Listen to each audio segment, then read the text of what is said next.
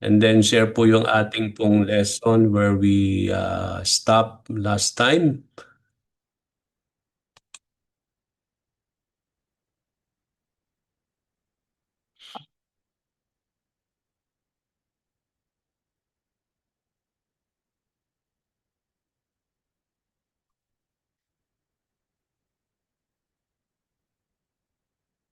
Okay, so welcome again mga kapatid sa ating pong pagtutuloy ng ating pong discipleship training.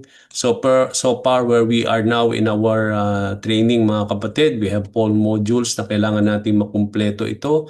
Yung module 1, Pursuing Christ, mga lessons po na the gospel, repentance and faith, assurance of salvation, abiding in the word part 1 and part 2, tsaka prayer. Yung ating pong module 2, loving God, ang lessons po nakapaloob dyan, attributes of God part 1 and part 2, delighting in God, obeying Jesus, overcoming temptation, tsaka walking by the Spirit. Sa ating module 3, cultivating godliness, 6 na lesson din, practicing the one another's, committing to the local church, the use of time, money and possessions, humility and forgiveness. At yung ating pong module 4 to complete this training, making disciples, 6 na lesson din, fasting, spiritual gifts, and then evangelism, the cause of discipleship, and disciples, making disciples, saka catching a world vision.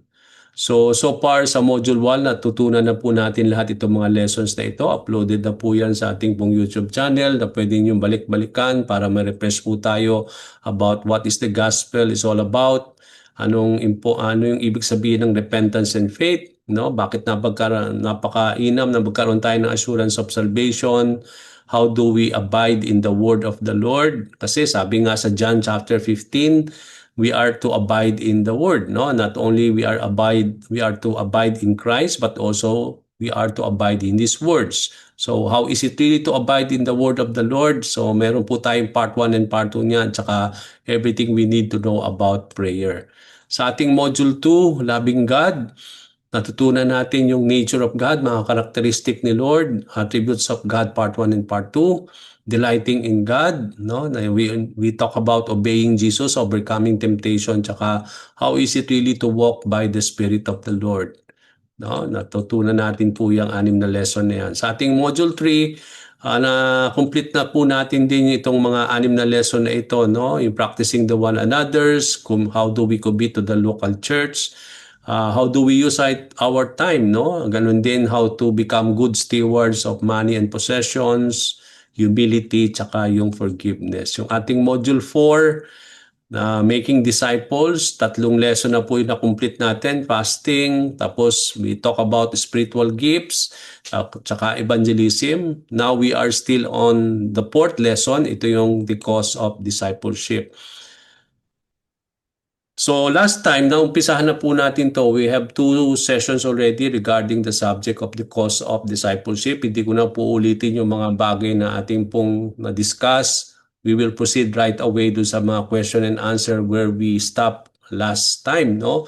At natutunan natin from our question number 1 as we read Luke chapter 14 verse 25 to 26. Ang sabi dito, large crowd were traveling with Jesus, and turning to them, he said, "If anyone comes to me and does not hate father and mother, wife, children, brothers and sisters, yes, even their own life, such a person cannot be my disciple."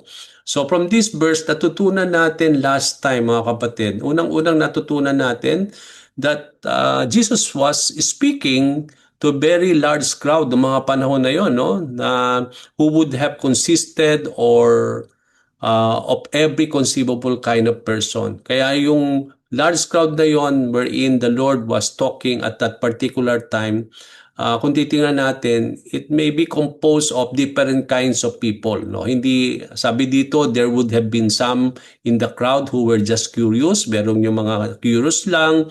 Yung iba doon, maaring merong mga desire, no? Magkaroon ng physical healing. Maari yung iba noon ay talagang may sincerity at merong desire at interested really talagang to follow the Lord and to hear His message. And most of these people were unbelievers needing to be saved. So nakita natin dito na karamihan po yung mga tao na sumusunod sa Panginoon ng mga panahon na yon, mga kapatid, ay karamihan sa kanila ay hindi po mga nakakakilala pa, no? They have not received Christ yet, but they have that desire to follow the Lord and to be with the Lord. But ang case here is that not all have the desire really to become disciples of Jesus Christ. So may tatlong bagay tayo natutulan dito, no? Just a quick recap of what we have learned last time. Ano ba yung tatlong bagay na natutunan natin that someone must be willing to do, na dapat meron tayong gawin, o kung talagang gusto natin magkaroon ng sincerity and desire to follow the Lord and to become a true disciple of Jesus Christ, dapat daw meron tayong tatlong bagay na ito na willing to do on ourselves, no? Kasi ito yung mga bagay na nakita natin dito sa Luke chapter 14 verses 25 to 26 na kailangan nating gawin in order to become one of the true disciples of Jesus Christ, or one of true disciples of the Lord. Ano ba yung tatlong bagay na yan? Number one, nakita natin, hate his own family and his life. So one of the things that we must be willing to do is to hate our family and even our own life. Kasi yun ang sinabi ni Lord, no? But then natutunan natin last time na hindi ito literal, no? We will go through it once again, pero bigyan natin muna ng pansin itong tatlong bagay na ito. Una, we have to hate our family and even our life. Pangalawang nakita natin na dapat na unang gawin ng isang taong who knows or who wants to follow the Lord and to be His disciple is that he has to carry his cross and come after the Lord Jesus Christ. And then yung ikatlo, yung he is willing even to give up everything that he has or to give all his possessions in exchange of the Lord Jesus Christ. Okay? So, yan po yung tatlong bagay na nakita natin na nire-require ni Lord nung binalingan niya itong mga maraming tao noong mga panahon na yon na sumusunod sa Kanya, na karamihan doon ay wala namang intention talaga to become disciples of the Lord, is that binigyan ng linaw at pansin ng ating Panginoon si Kristo that if they really want to follow Him and to become His disciples, kailangan nila itong tatlong bagay na ito, that they are willing to do these three important things. Okay?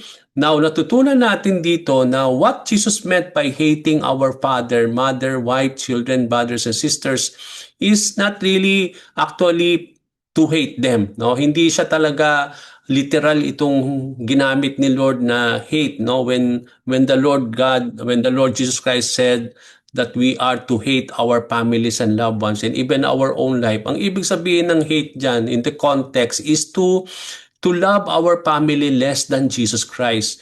It means to say, Jesus wants us to love Him more than our families, more than ourselves. No? Yun yung context na hinihingi ng Panginoon when He used the word hate here. No? Hindi sa literal, it is not actually that we need to hate our families and our loved ones, but to hate ourselves and to hate our families is to love them, no, less than our love for the Lord, no. Kailangan ang love natin kay Jesus Christ is more than our love for our families.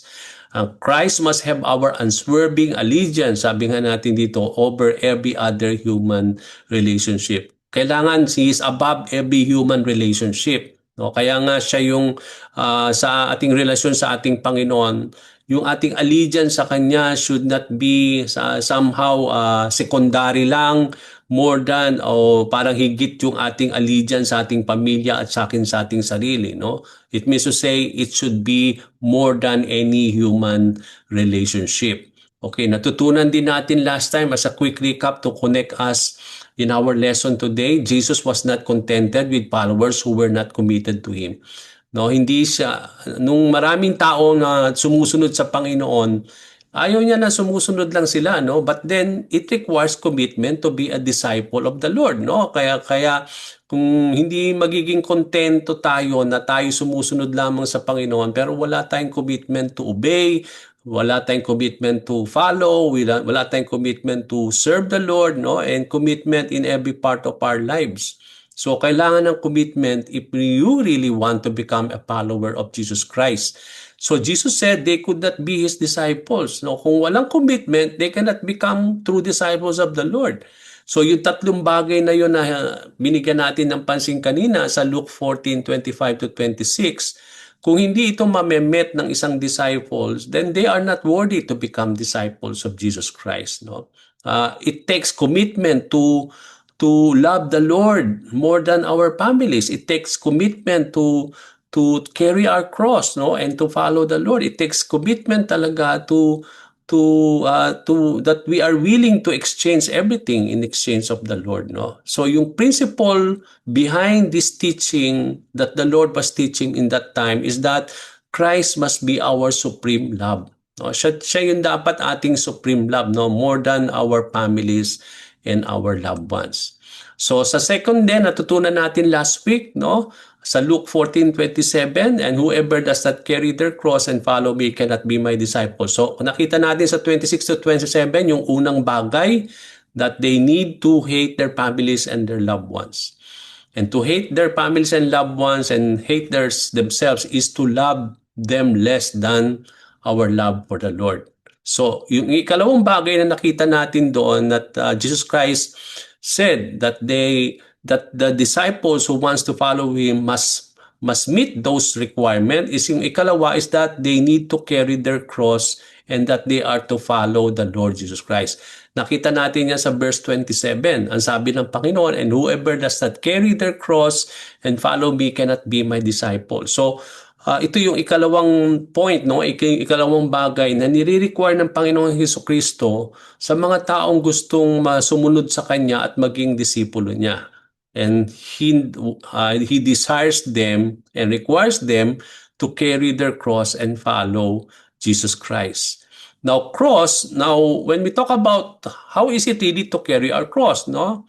Nung mga panahon ni Jesus, nung mga panahon during the Roman Empire, no? Cross is a form of death. No? It is a form of death. Kaya kapag sinabi natin cross, we talk about death. So when Jesus Christ used this thing, no, when He said that we need to carry our cross, what He meant by that is that we are willing even to die. No? Yung ating willingness to die. No? And to die for what? Or to die on what?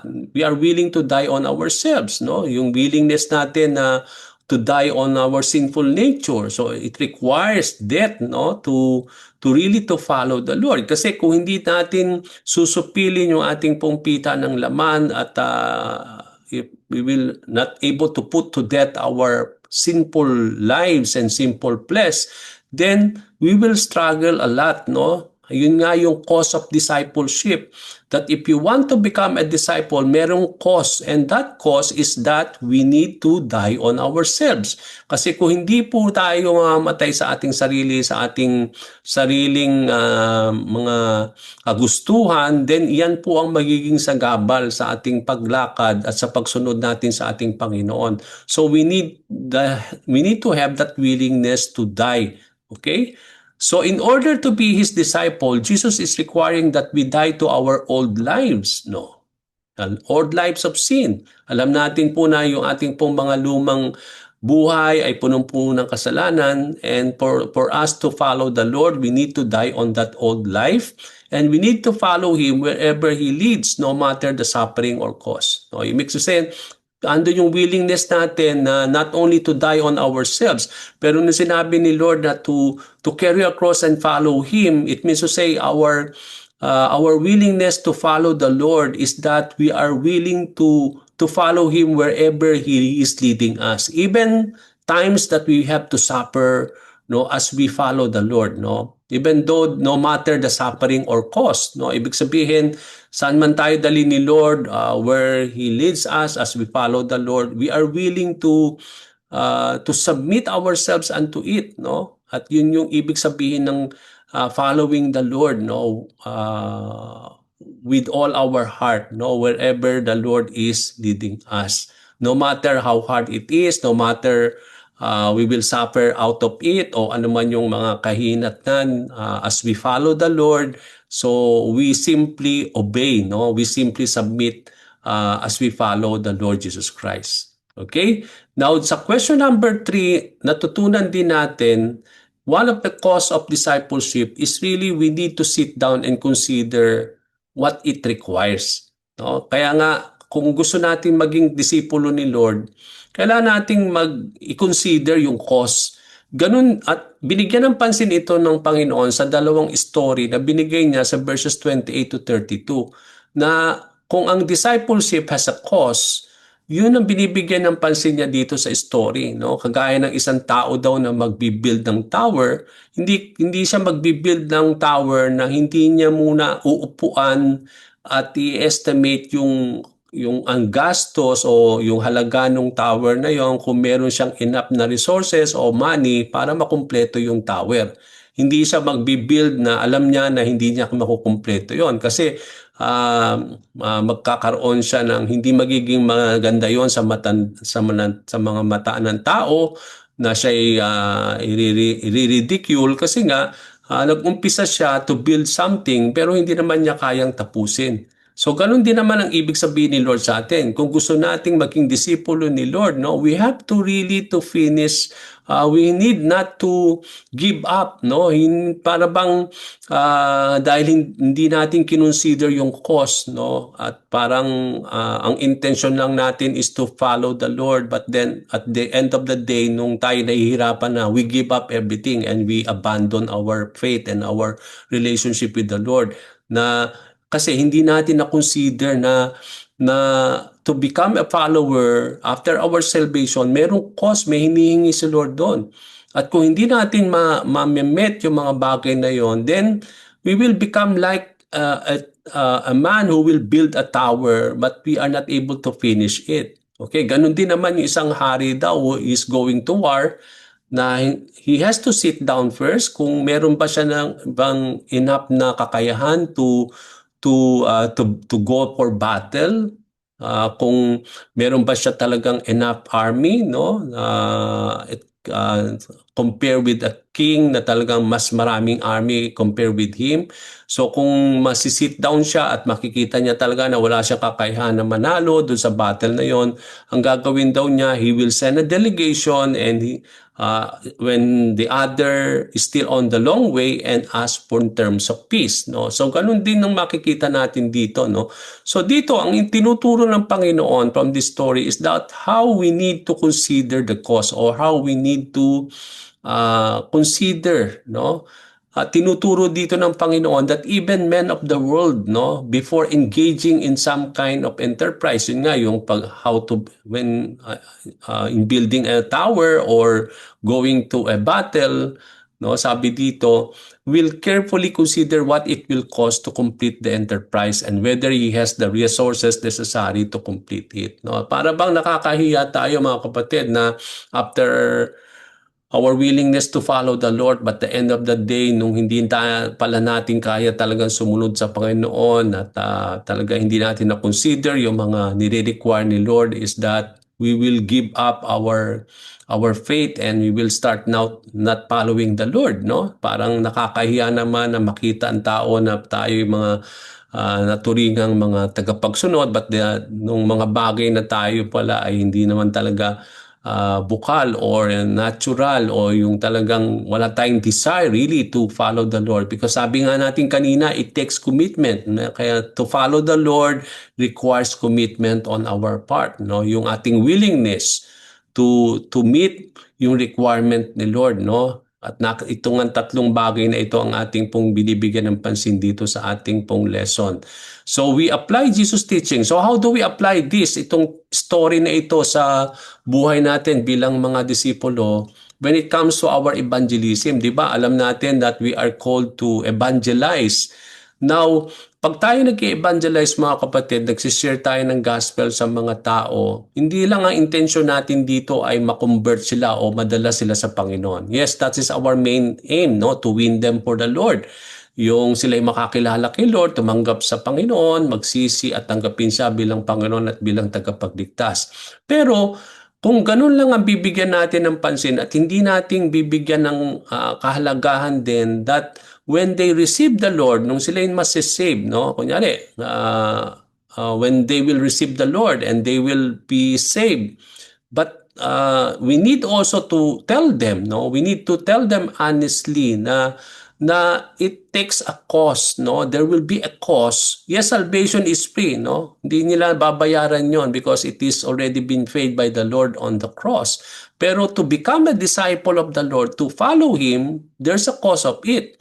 At yung cost na yon, yun yung kailangan nating i-share din sa kanila that if they really want to follow the Lord, itong ang tatlong bagay na ito ang i-share natin sa kanila, no? They have to really love Jesus Christ more than their families, more than themselves, no? They have to really willing to die on their old lives and really willing to follow the Lord whatever it takes. And then yung mamaya, nasusunod natin is that we are really even willing to give up everything in exchange of the Lord. Okay, ngayon kung yung tatlong bagay na yan, yung cost na yan ay hindi nila kayang gawin, no? Wala silang willingness, then I believe hindi magiging makasaysayan yung kanilang pagsunod o yung kanilang conversion, no, when they receive Christ as their Lord and Savior. Kaya nga sabi nga natin, after salvation there is discipleship, no? Dinidisciple natin siya, and for them, bakit sila kailangan dumaan sa discipleship? And because that's the process for them to become a disciple of Jesus Christ.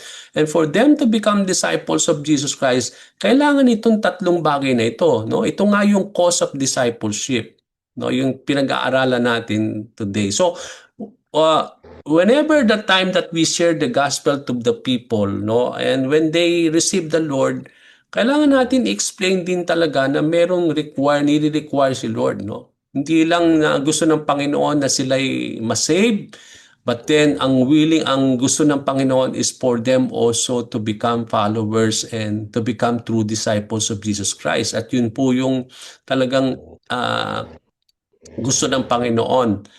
Okay, but then sabi nga natin, kung hindi natin ito bibigyan ng pansin sa mga tao, no, na re-reach out natin, then they will have a problem actually, no? They will have a problem actually when it comes to following the Lord Jesus Christ, because there is a requirement or cost of following the Lord. Okay? Now, punta tayo sa question number 4, no?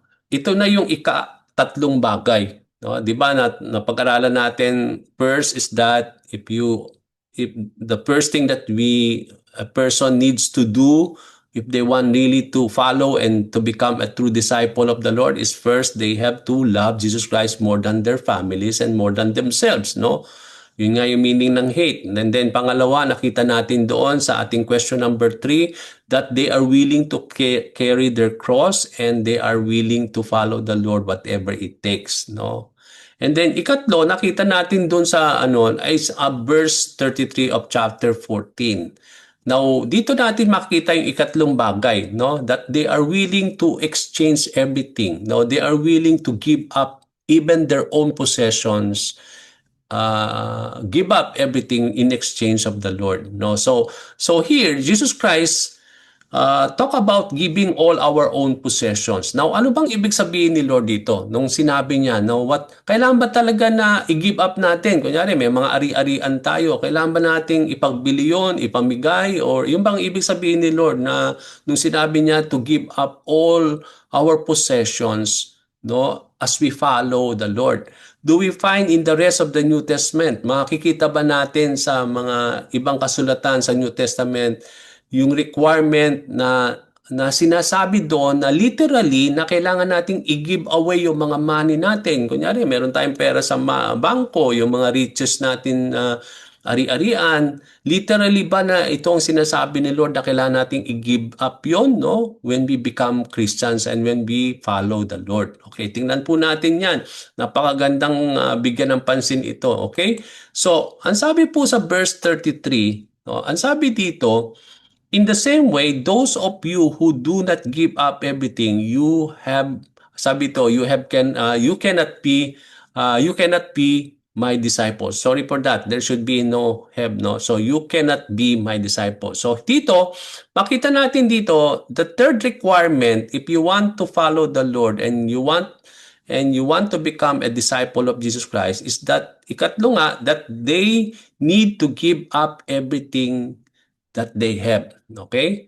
So those of you who do not give up everything, so when we talk about everything, at kasama na dyan yung mga possessions natin, yung mga material na bagay and everything.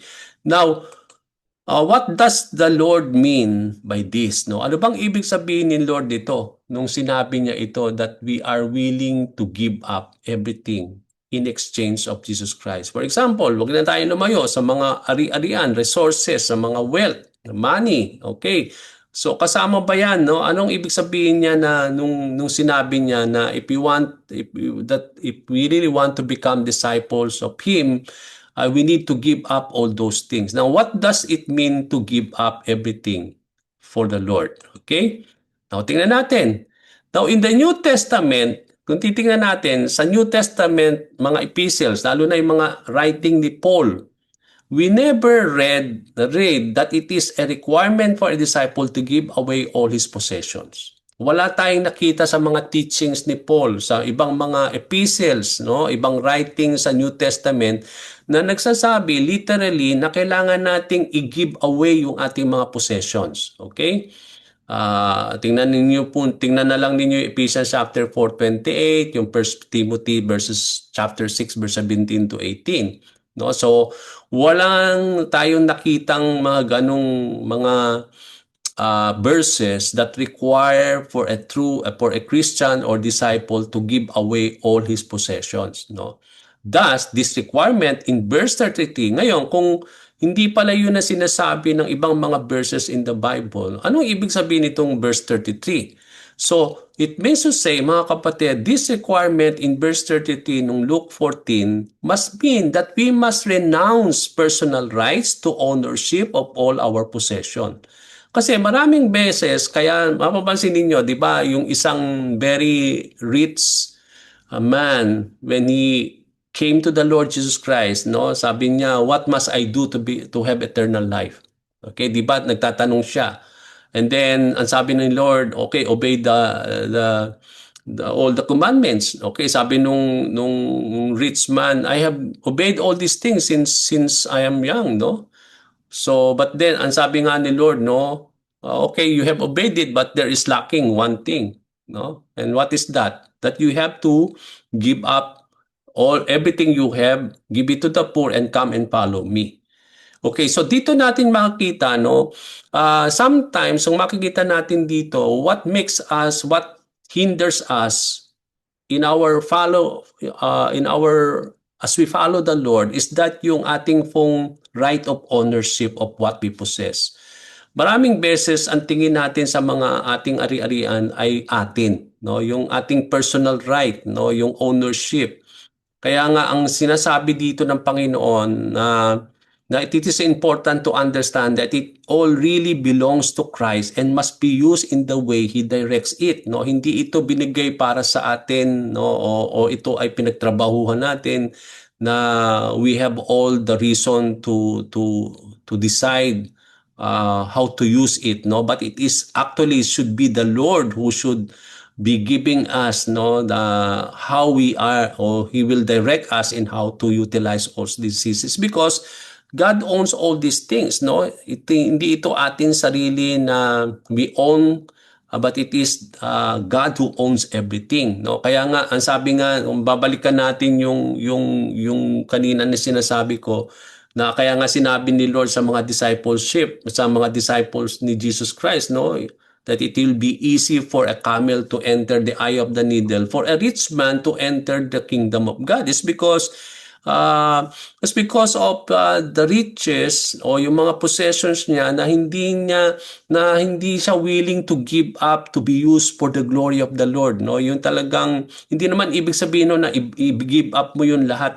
These are blessings from God, no? Ibinigay yan ng Panginoon sa atin to enjoy as a blessing of God. Ibig sabihin nun, kapag isang tunay na disipulo ng Panginoon is that we are willing to share all these things. No, we are willing to use all these things, no, for the glory of the Lord, no. Hindi tayo naging selfish, hindi tayo yung para bang nagiging hindrance yan, no, sa mga pagtupad sa mga bagay na hiniling ng Panginoon sa atin bilang mga disciples of Jesus Christ. So, yun ang ibig sabihin dito, no? He is not literally meaning to us that we are to give up everything and abandon everything, no, as we follow the Lord. But what the Lord was trying to say here is that it means we must renounce that our personal rights doon. Hindi nating pag-aari yan, no? Hindi ikaw ang may control niyan. Kasi kapag kinontrol mo, pag nilagay mo yung sarili mo sa lahat ng mga bagay na yan, then that will be a problem to all of us, no?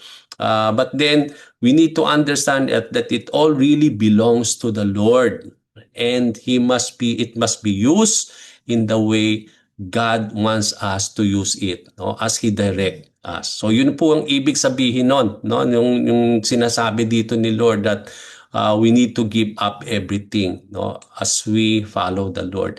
Now sa question number 5, tuloy natin Luke chapter 9 verses 23 to 24. Now, as we study this passage, ano yung cost na makikita natin dito? Kanina nakita natin yung tatlong cost, no? Yung sabi nga, we are to love the Lord more than our families and ourselves. No, we are to carry our cross and follow Jesus Christ. We are to willing to give up everything for the Lord, no? So yun yung cost na nakita natin. Dito naman sa Luke chapter 9, meron ding cost na hinihiling si Lord. What three things must a person do who wants to come after the Lord? No? Ano yung tatlong bagay din na makikita natin sa isang tao na may kagustuhan to follow or to come after the Lord Jesus Christ? No? Are these requirements for everyone or just those radically committed Christians who want to follow Him all the way? Ito lang ba, itong tatlong bagay ba na binibigyan ng pansin dito sa Luke 9 ay para lang daw sa mga committed Kristiyano o na gustong sumunod sa Panginoon all the way or for everyone o sa lahat ng tao? Okay? Now, ang katlong question na kailangan nating tingnan dito sa verse na ito as we study it, how does Jesus rephrase denying yourself and taking up your cross in verse 24? So kung paano niya i-rephrase yan when He said to deny yourself and take up your cross dito sa verse 24. Okay? Now, tingnan natin itong verses 23 to 24. Then He said to them all, okay, whoever wants to be my disciple must deny themselves, take up their cross daily and follow me. For whoever wants to save their life will lose it, but whoever loses their life for me will save it. So dito makikita natin, meron ding tatlong bagay na naman na ibinibigay si Lord. Although nakita natin dito yung same thing dun sa kanina, no, nung sinabi ni Lord that they are willing to take up their cross and follow the Lord. Pero meron din nakita natin dito na iba na dito sa verses 23 to 24, no, na tatlong bagay din ang makikita daw natin dito that requires, no, for a person to follow and for that person to become a disciple of Jesus Christ. So tingnan natin yung mga questions, no. What three things must a person do who wants to come after Jesus Christ? At tatlong bagay na yan is that una, deny himself. Pangalawa, take up his cross daily. And then, ikatlo, follow Him. Okay, yan yung tatlong bagay na makikita natin that if there is a person who wants to come and follow the Lord, who wants to come after Jesus Christ, ito yung tatlong requirement ni Lord dito sa verses 23 to 24. First, he has to deny himself. Then, pangalawa, take up his cross. And then, pangatlo, follow Him. Okay? Now, if we will try to go back again, no, to this, no, makita natin dito na to deny himself is really it is considered also somehow a form of submitting fully ourselves, no, before the Lord, no. Yung talagang ang mangingibabaw is that hindi na yung kagustuhan mo, hindi na yung ano ba yung gusto mo, ano ba yung everything that you want to do, no, but it is now about what God wants you to do, No, yung parang willing ka na i-deny mo talaga yung kagustuhan mo in exchange of what the Lord God wants you. No, i-deny mo yung sarili mong everything about you, and then allow what God wants us to have, no? Yun yung ibig sabihin ng deny, no? Even yung kailangan nating i-deny yung mga bagay na alam natin na somehow it is part of our old lives, no, na talagang we are willing to deny everything, no, yung we are willing to give up all those things, no, and allow the Lord to take over. So yun yung ibig sa take up his cross. Yun nga yung nakita natin dito, we are willing to to die daily. Ang sabi dito, we are willing to put out ourselves, no, to death, and then and at yung ikatlo nga yung kanina din na explain na natin kanina, that we are to follow him, that it nandun yung willingness natin to come after the Lord and to follow him no matter what, no, yung talagang saan man tayo dali ni Lord, you are willing to submit yourself and ready tayo to follow and to come after the Lord, no matter how hard it is, no matter how we will be persecuted out of it, no, nandun yung ating desire, no. And so it means to say hindi talaga madali kasi ito nga yung cost, no, 'di ba? Alam nga natin para magkaroon ka ng isang bagay, may cost 'yon, no, bibilhin mo siya. No, sometimes kung mahalaga talaga yung bagay na yon na gusto mo, no, talagang malaki yung perang ibibigay mo, no. Yun nga yung cost. And that the same thing when it comes to become a disciple of Jesus Christ, no, there is a cost out of it, and it will take your whole life if you want to go after it, no. And to give up your whole life means to deny yourself in all areas of your lives, no. You are willing to really to willing to take up your cross and willing to die on your old life, on your sinful nature, and you are willing to follow the Lord no matter where the Lord is leading us, no. So talagang malaki yung cost na hinihingi ni Lord na to become a disciple of Jesus Christ. Kasi very precious naman, no? Para bang bumili ka talaga ng isang mamahaling bagay na kahit malaki yung perang ibinayad mo doon, worth naman yung nakuha mo. Ganun din naman, no? Yung what we will able to take if we are willing, no, talagang makikita natin dito, no, yung talagang how precious it is naman when we are able to do all these things, no, and we are able to come after the Lord at nagawa natin itong mga bagay na hinihingi ni Lord. Okay? So are these requirements for everyone? Ito ba ay para sa lahat or para sa mga radically committed Christians who want to follow Him all the way? Okay? So they are for everyone. Kasi sabi niya dito sa verse 23 says, He was saying to them all. So, kanino? Doon sa mga taong sumusunod sa Kanya, no? For those crowd and multitudes of people following Him. At itong mga crowd na ito, hindi ito talaga totally mga committed Christian. Sabi nga natin dito, no, maring iba lang doon, merong iilan, pero kung makita natin dito, hindi sila totally talagang saved or talagang committed to follow the Lord. Kaya nga ito yung requirement, kaya nga binalingan niya itong mga taong ito, ini-explain ni Lord sa kanila that if you really want to follow me and to come after me, then these are the things that you need to do, that there is a requirement, no, that the Lord is asking for people who wants to follow Him. So it is not only intended for Christians, but for everyone who have the desire to follow the Lord. We have the desire to become a disciple of Jesus Christ. No? So He was saying this to all of them. Okay? Now, how does Jesus replace denying yourself and taking up your cross in verse 24? So paano ni-replace ni Lord yung denying yourself and take up your cross in verse 24? So in verse 24, He replaces it to whoever loses his life for my sake. Okay, so to take up our cross, to deny ourselves and to take up our cross pala is that you are willing to lose your life for the sake of the Lord. And to lose your life no, for the Lord means you are willing to give up even everything, no, concerning your life. You are willing to die on your old self, no. You are willing to exchange everything, no. And that's why it means to deny and to take up your cross means you have to lose everything in your life. Kaya nga sabi natin kanina, salvation is free, but when it comes to discipleship, it will take your whole life to become to when you go after it. Okay, malaking halaga ang kailangan na hinihingi.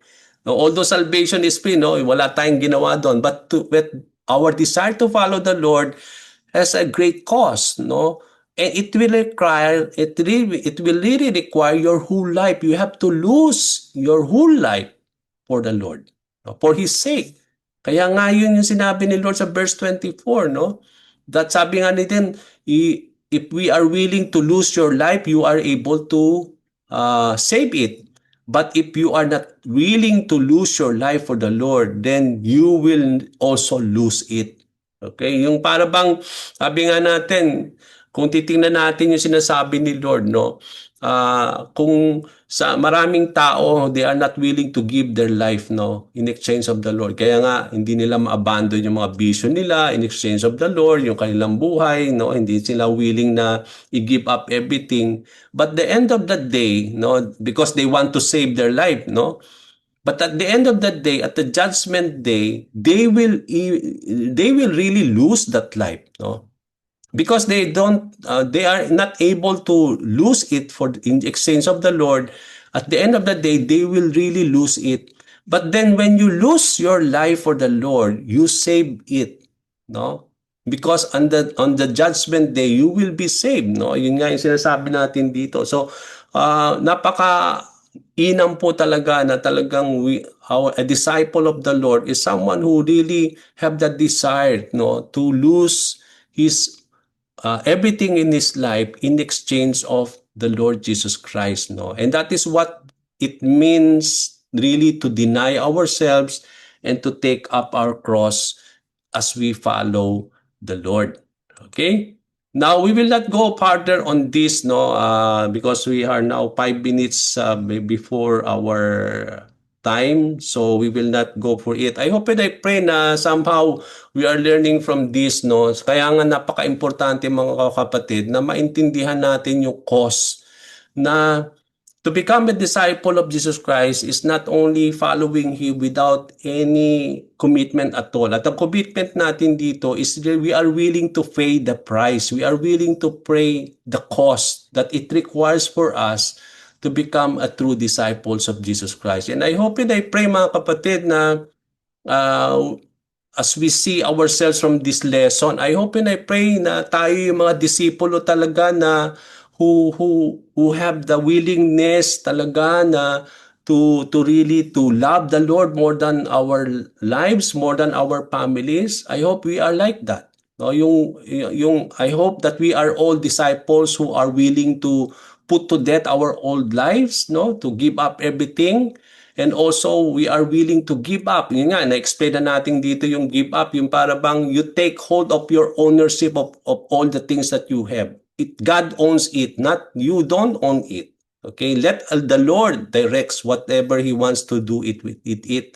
Yun ang ibig sabihin ng giving up everything in exchange of the Lord, especially with our possessions. At nakita natin dito kanina, yung tatlong bagay din mga kapatid, na we are willing to deny ourselves, to take our cross and follow the Lord. And we have learned today na as I end, that to deny and to take up our cross as we follow the Lord means is that we are willing, sabi nga na, to lose our life in exchange of the Lord. No? We are willing to lose. Pag sinabing lose your life, everything, lahat-lahat patungkol sa buhay mo, you are willing to give up everything, no, na hindi na ikaw ang may control ng buhay mo. It is the Lord. Jesus Christ paid that life, no. Jesus Christ paid our lives with His blood on the cross. So hindi na ninyo pag-aari ang mga sarili ninyo, no. We have been paid a ransom. Tinubos tayo ng Panginoon sa ating pong pagkakaalipin sa kasalanan. Kaya tayo po, we belong to the Lord now. He owns us.